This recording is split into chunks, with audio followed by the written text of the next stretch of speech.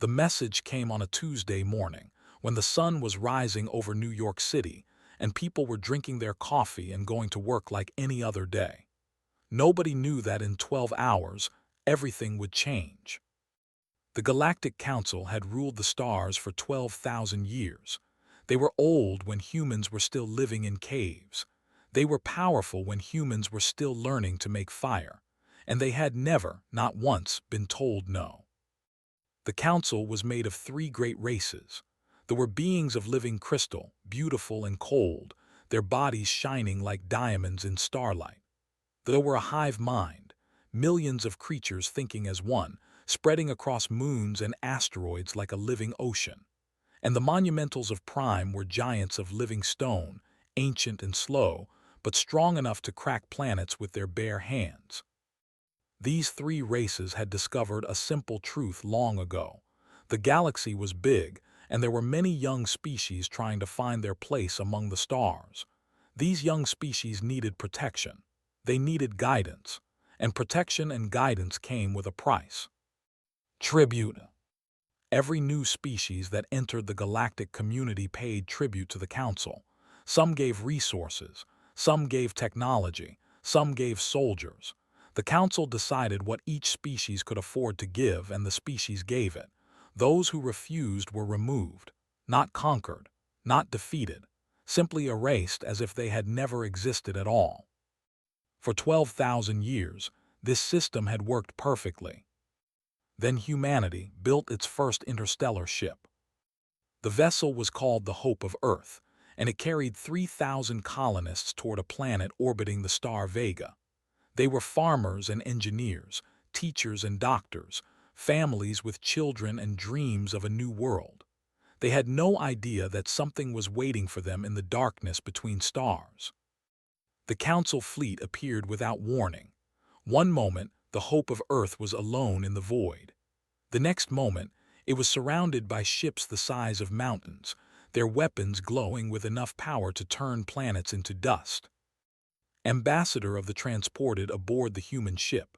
She was tall and thin, her body made of crystals that caught the light and scattered it into rainbows. Her voice sounded like wind blowing through glass wind chimes, beautiful and strange and somehow terrifying. She looked at the humans with eyes that held no warmth. To her, they were insects, less than insects. They were bacteria that had somehow learned to build machines. "You are humanity," she said. It was not a question. "You come from the third planet of the star you call Sol. You have existed as a species for approximately 300,000 years. You developed space travel 72 years ago.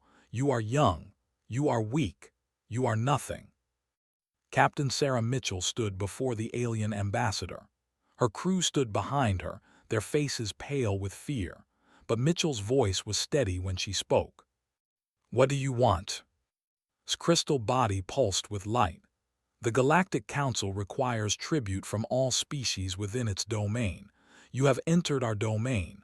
Therefore, you will pay tribute." "What kind of tribute?" "You possess nothing we desire. Your technology is primitive.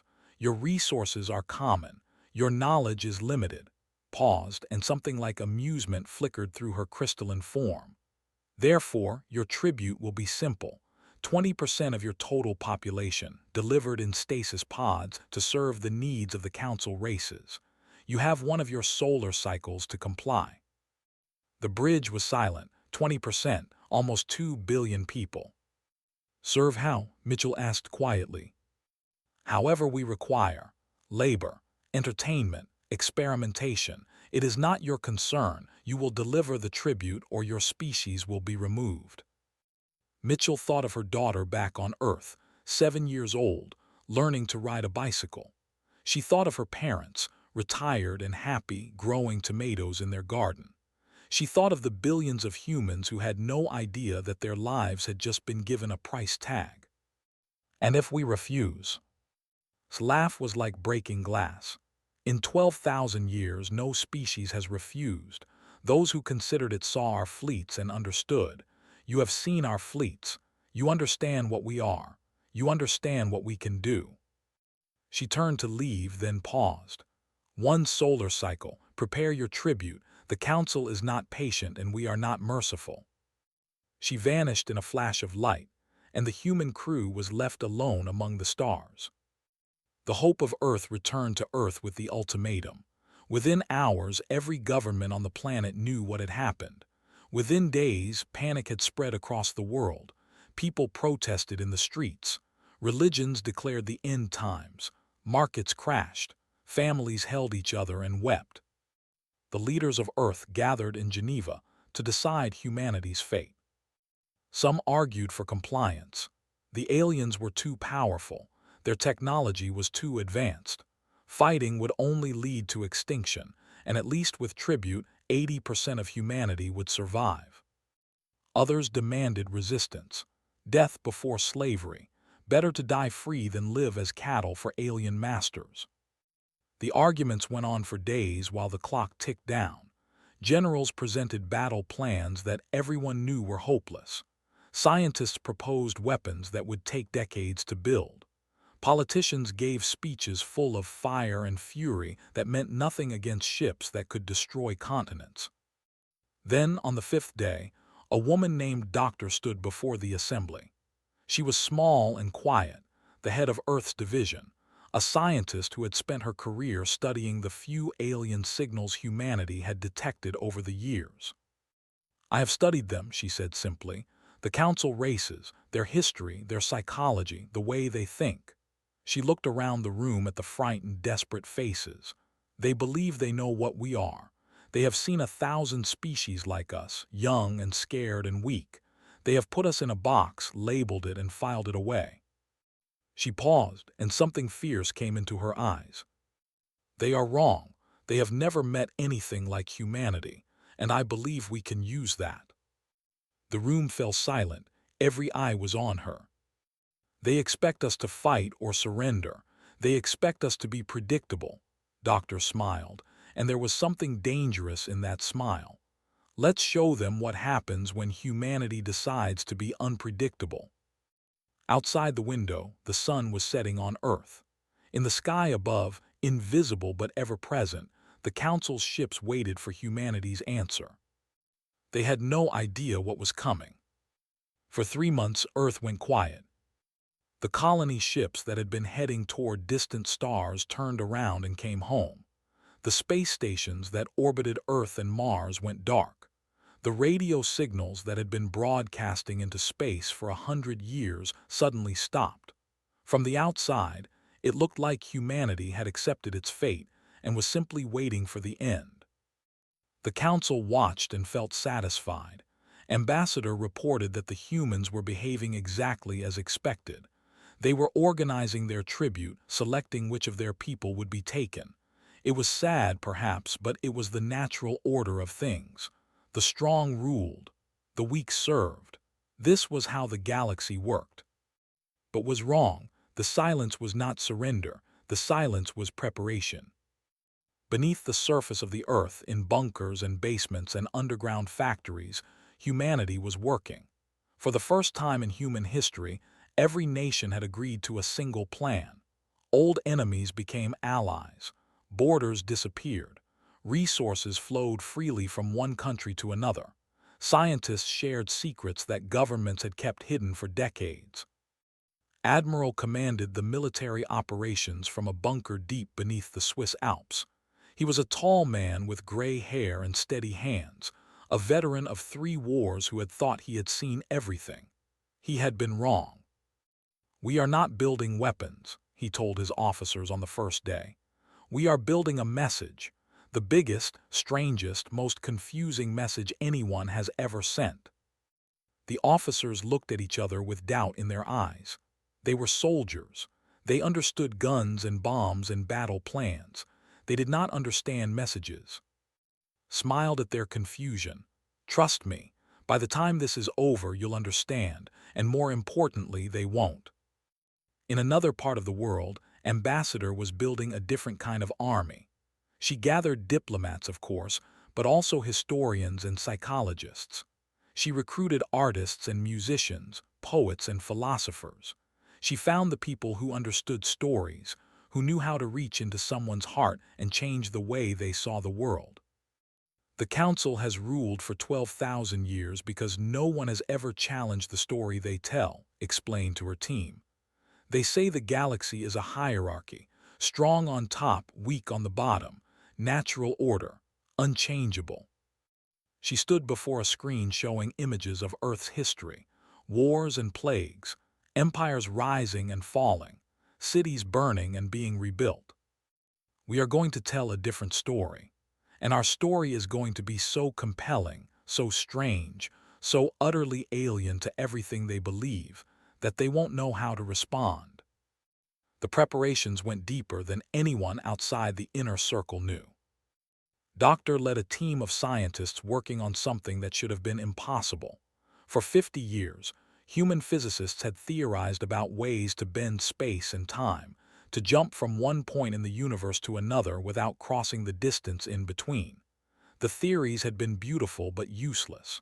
The energy requirements were too high. The mathematics were too complex.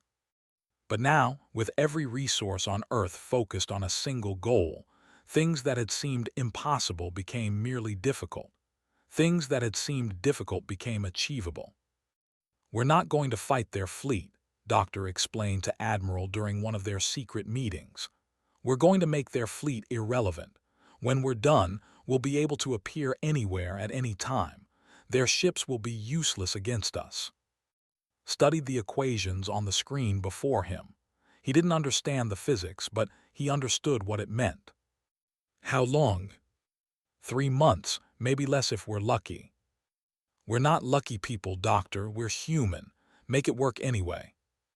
While the scientists worked on technology, another group was working on something even more dangerous. They were volunteers, hundreds of them, selected for their ability to blend in, to adapt, to survive. They were given training that pushed them to their limits and then pushed them further. And then one by one, they were smuggled off Earth. They hid in cargo shipments heading to alien space stations. They disguised themselves using technology that changed their appearance, making them look like servants of other species. They learned alien languages, alien customs, alien ways of thinking. They spread throughout Council space like seeds carried by the wind, invisible and patient, waiting for the moment when they would bloom. Back on Earth, the factories kept working, but they were not making weapons, they were making gifts. Music was recorded, millions of hours of it. Symphonies and jazz, rock and roll and ancient drums. Every kind of music humanity had ever created, stored on crystals that could survive for 1,000 years. Art was preserved. Paintings were scanned in perfect detail. Sculptures were photographed from every angle. The works of masters and amateurs alike, everything from cave paintings to modern digital art. Books were translated into every alien language humanity had been able to decode. Poetry and philosophy, history and science, stories of love and war and everything in between. Movies and photographs, recipes and games, mathematical proofs and religious texts. Everything that made humanity what it was, compressed into packages that could be carried across the stars. "They asked for our population," said during one late-night planning session. "They wanted to take pieces of us and use them however they wished. Instead, we're going to give them something they never expected." "What's that?" someone asked. Smiled, "Everything. We're going to give them all of us freely as equals, not as tribute, as a gift. And gifts between equals mean something very different than tribute from slaves." As the deadline approached, a single ship was prepared for launch. It was not a warship. It carried no weapons. Its hull was painted white, the color of peace in many cultures. The ship was named Defiance. Inside its cargo holds were the data crystals containing human culture. Inside its walls were hidden systems that no alien sensor could detect, technology that would let it do things no ship had ever done before. And inside its control room sat Ambassador and Admiral, along with a crew of 50 volunteers who knew they might never return home. "Are we ready?" asked. Looked at the countdown clock. 1 hour until the deadline. 1 hour until humanity had to answer the Galactic Council. "Ready as we'll ever be," he said. "Let's go shake the stars." The engines fired, and defiance rose from Earth, heading toward the center of galactic power. Behind it, 8 billion humans held their breath and hoped. The universe was about to learn what happened when you backed humanity into a corner. The Nexus station floated at the center of Council space like a metal flower made of nightmares. It was bigger than Earth's moon, a structure of twisted spires and glowing domes that had taken 3,000 years to build. 1 million beings lived inside its walls. A fleet of 10,000 warships surrounded it at all times. This was the heart of galactic power. This was where the Council made its decisions, where species came to beg for mercy, where the fate of worlds was decided over cups of alien tea. And this was where the Defiance was heading. The Council fleet detected the human ship long before it arrived. Weapons locked onto the tiny vessel. Sensors probed its hull, searching for threats. The fleet commanders laughed at what they saw. One ship, unarmed, barely bigger than a Council shuttle. "The humans send this," Fleet Admiral of the Monumentals rumbled. His voice was like mountains grinding together. "One ship. Are they joking, or are they simply fools?" "Perhaps both," Ambassador replied. Her crystal body flickered with amusement. "They have made their choice. After we destroy this ship, we will destroy their world. Let them have their gesture of defiance. It changes nothing." But the Council decided to wait. They were curious. What message could the humans possibly be bringing? What final words did this doomed species want to speak before its extinction? The Defiance was escorted through the fleet by 100 warships, their weapons tracking it every second. It docked at the Nexus station. An ambassador transported aboard to greet the human delegation. What she found made no sense to her at all. The ship's cargo holds were full of boxes, thousands of them. But when scanned their contents, she found no weapons, no bombs, no technology that could harm the Council. She found music. She found art. She found stories. "What is this?" demanded. Her voice echoed through the cargo hold like breaking ice. Ambassador stepped forward. She was smaller than the alien, older, grayer. But she stood straight and met cold eyes without fear. "This is humanity," said. "All of it, our history, our dreams, our nightmares, our art, our science, our stories, everything we have created in 300,000 years of existence. This is not tribute." The Council demanded population. "The Council demanded obedience," corrected. Her voice was calm, almost gentle. "You wanted to own us, to take our children and use them as slaves, to reduce us to cattle." She gestured at the boxes surrounding them. "Instead, we offer you this. We offer to share ourselves, freely, not as slaves but as equals, not as tribute but as a gift." Crystalline form pulsed with confusion and anger. This was not how species behaved. This was not how the universe worked. "You do not understand your position," she said. "You are not equals. You are insects. You have no right to offer anything. You have only the duty to obey." Smiled sadly. "Let me show you something." She activated a display that filled the air between them with images. Earth, but not the Earth the Council had seen in its surveys. This was Earth throughout its history. Cities burning, empires falling, plagues sweeping across continents killing millions, ice ages covering the world in frozen death, asteroids striking the planet, filling the sky with fire and ash. And always, always humans surviving, rebuilding, adapting, changing. "We have survived everything," said. "Not because we are strong. We are weak compared to you. Not because we are smart. Your technology is 1,000 years ahead of ours. We survived because we refused to die." She stepped closer too. The alien towered over her, beautiful and deadly, but did not flinch. "Your council has ruled for 12,000 years. In that time, How many challenges have you faced?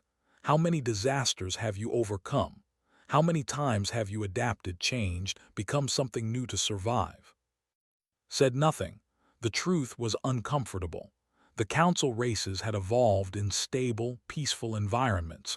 They had never faced the chaos that had shaped humanity. We have been forged in fire, continued. Every generation something tried to kill us, disease, war, nature itself. And every generation we found a way to survive. We are very, very good at surviving things that should be impossible. She let that sink in for a moment. So here is your choice. You can try to destroy us, bring your fleets, burn our world, hunt down every human across the galaxy. His voice grew harder. But we will fight. We will fight with everything we have. We will make you bleed for every inch of ground. We will teach your children to fear the dark because that is where humans hide waiting. And even if you win, you will lose, because we will be the ghost that haunts your civilization forever. The species that made the mighty council pay a price, and other species will see that. Other species will remember. The cargo hold was silent. His crystal body had gone very still. Or, said, and her voice softened again, you can accept our gift. You can stop seeing us as insects and start seeing us as what we really are. A species with something unique to offer the galaxy. A species that can help you grow, help you change, help you become something greater than you are. She held out her hand, a human gesture of friendship that did not understand. We are not asking to be your masters. We are not asking to be your equals in power. We are asking only to be recognized as beings with value, with dignity, with the right to exist on our own terms. Stared at the offered hand. In 12,000 years, no species had ever spoken to the council like this. No species had ever refused tribute and offered friendship instead. The council will never accept this, said finally. I know, replied, but I had to try. I had to give you the chance to choose peace. And when the council chooses war. Ambassador lowered her hand. Behind her, Admiral and the crew of the Defiant stood ready. Their faces showed no fear. Then, said quietly, you will learn what humanity is truly capable of. She turned and led her delegation out of the cargo hold, leaving alone among thousands of boxes containing the dreams of a species that refused to surrender. The council would give its answer soon, and humanity would give its response. The stars themselves were about to tremble. The council's judgment came at midnight, station time. High of the Monumentals stood in the great hall where the fate of species had been decided for 12,000 years. He was ancient, even by the standards of his race. His body was made of stone that had formed before Earth existed. His eyes glowed with the cold fire of stars. Behind him sat the other council members. Her crystal body flickering with barely controlled anger. The prime node of a shifting mass of the hive mind's most important drones. Lesser representatives from 100 subject species, all of them silent, all of them watching. Ambassador and her delegation stood before the council. They were tiny, fragile, utterly insignificant compared to the ancient powers that surrounded them. Humanity spoke, and his voice shook the walls. You have rejected the tribute required by the Galactic Council. You have offered instead what you call gifts, as if you were our equals. You have spoken words of defiance and threat. He paused, letting the weight of his judgment build. The council has considered your offer. The council has rejected it. No one was surprised, simply nodded, her face calm. You have proven yourselves unworthy of membership in the galactic community, continued. You are a disease that must be removed before it spreads. The fleet of silence will travel to every human will be destroyed. Your cities will be burned. Your history will be erased. In 1,000 years, no one will remember that you ever existed. He raised one massive hand, a gesture of dismissal. You have 1 hour to make peace with whatever gods you worship, then you will die. Admiral standing behind quietly checked his watch. He smiled. 47 minutes ahead of schedule, he murmured. Was right, they are predictable. Heard him and allowed herself a small smile as well. Then she straightened and addressed the council one final time. Hi, I thank you for your judgment. It is exactly what we expected. Frowned. This was not how condemned species behaved. Before your fleet reaches Earth, continued, I would like to offer one more gift to the council. A demonstration of what humanity can do when we put our minds to something. She touched a device on her wrist. And across the galaxy, everything changed. The data crystals that humanity had distributed were not just storage devices. They were transmitters, and now all at once they activated. On every station and planet in Council space, on every ship and outpost, human music began to play. Symphonies and drums, guitars and synthesizers. Music that had taken humanity thousands of years to create, flooding every communication channel, every entertainment screen, every public space. Human films appeared on displays throughout the Nexus. Stories of love and war, of triumph and tragedy. Comedies that made aliens laugh despite themselves. Dramas that reached into hearts and squeezed. Holographic projectors hidden in the gift boxes created images of human art in public squares. Paintings floated in the air. Sculptures appeared from nothing. Dance performances played out in busy corridors. And that was only the beginning. The human agents who had been hiding throughout Council space for months revealed themselves, not with weapons but with instruments, with paintbrushes, with food to share and stories to tell. A human woman sat down next to a young crystal who had never seen an alien before and played a song on her guitar. The crystal hummed along, discovering that music could be felt in ways she had never imagined. A human man approached a group of drones in a marketplace and handed them samples of chocolate. The drones tasted something sweet for the first time in their lives and felt individual pleasure, separate from the hive mind, confusing and wonderful. A human teenager showed a monumental child how to draw with chalk on stone. The child created its first artwork, clumsy but genuine, and felt something its species had not felt for 10,000 years. The council races had never experienced anything like this. They had conquered species, they had destroyed species, they had ruled species, but they had never been invaded, not by weapons but by culture, by art, by the simple, irresistible power of shared experience. And while the galaxy was distracted by this explosion of humanity, something else was happening. The human agents had not just been spreading art. They had been listening, learning, finding the individuals in every council race who did not fit, who dreamed of something different, who questioned the ancient hierarchies. Now those individuals received messages on their personal devices. Simple words, "You are not alone, there is another way." In the great hall was bellowing orders, trying to understand what was happening. His crystal body was vibrating with frequencies she had never felt before. The prime node was struggling to maintain cohesion as thousands of its drones experienced individual emotions for the first time. And then the Defiance did something impossible.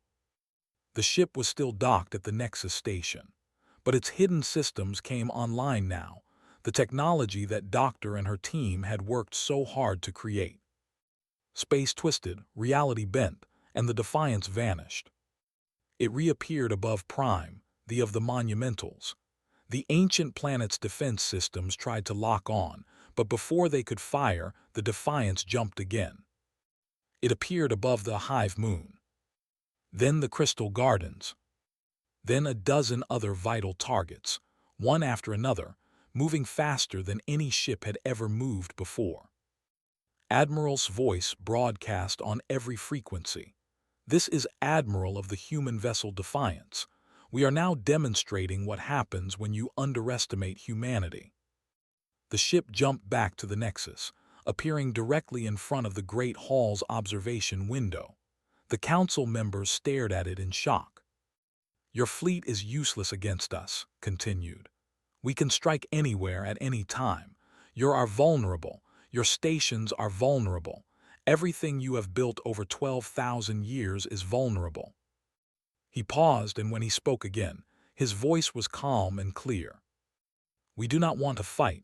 We have shown you our art, our music, our stories. We have shown you the gift we offer. But if you force us to fight, we will not stop until your stars burn dark. We are humanity. We do not surrender. We do not give up. We do not die easily. The transmission ended. In the great hall, silence reigned. The ancient powers of the galaxy looked at each other with something they had not felt in fear. Ambassador stepped forward, facing the council one last time. You have seen what we can do, she said. Both the beauty and the strength. Now, I ask you again, will you accept our gift? Will you treat us as equals, as beings with value and dignity? Stone's face was unreadable, but when he spoke, his voice had lost some of its thunder. You ask us to change everything we are, everything we have been for 12,000 years. Yes, replied simply, we do. The High was silent for a long moment. We will discuss this, he said finally. The council will consider your demonstration. It was not victory, not yet, but it was a beginning. As turned to leave, she saw something she had not expected. In the audience sections, among the representatives of the subject species, faces were looking at her with something other than fear. They were looking at her with hope. The galaxy would never be the same. 6 months later, the galaxy was a different place. The negotiations had been long and difficult. Some days it seemed like war would break out at any moment.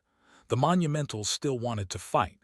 Their pride had been wounded, their sense of superiority shattered. They spoke of honor and tradition, of the natural order that had ruled for 12,000 years. But the universe had already begun to change around them, and even the ancient stones could not stop it. The hive mind was the first to fracture. The drones who had tasted chocolate and heard human music and felt individual pleasure could not go back to being simple parts of the whole. They began to develop personalities, to want things for themselves, to ask questions the hive had never asked before. The prime node tried to reintegrate them, but it was like trying to put smoke back in a bottle. The hive was evolving, becoming something new, something that could think as one but also as many. They were perhaps most changed of all.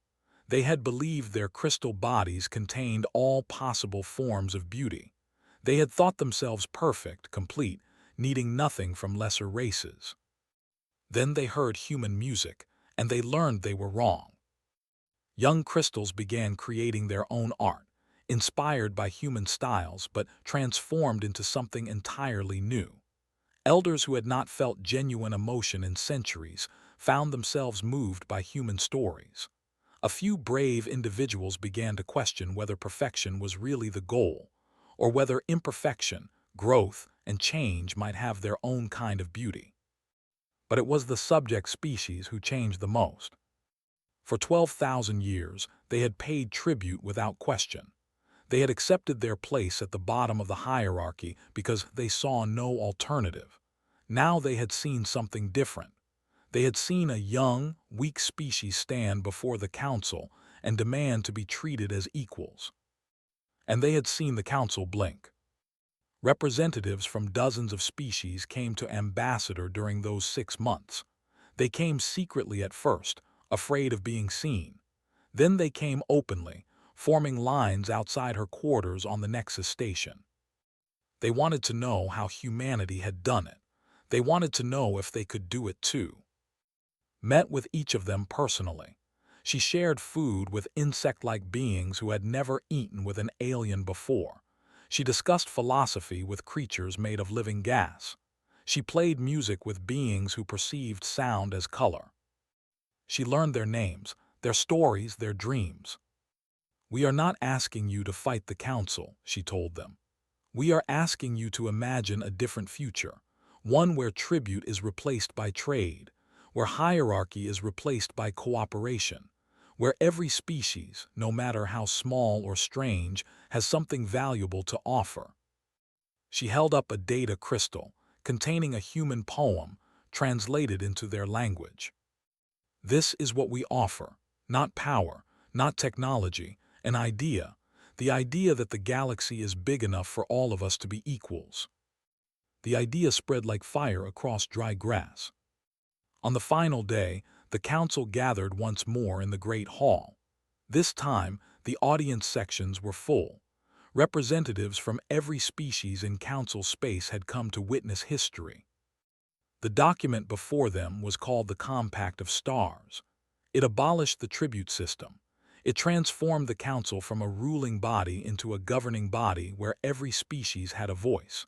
It disbanded the Fleet of Silence and replaced it with a peacekeeping force drawn from all member species. It treated humanity as equals. Hai stood before the assembly.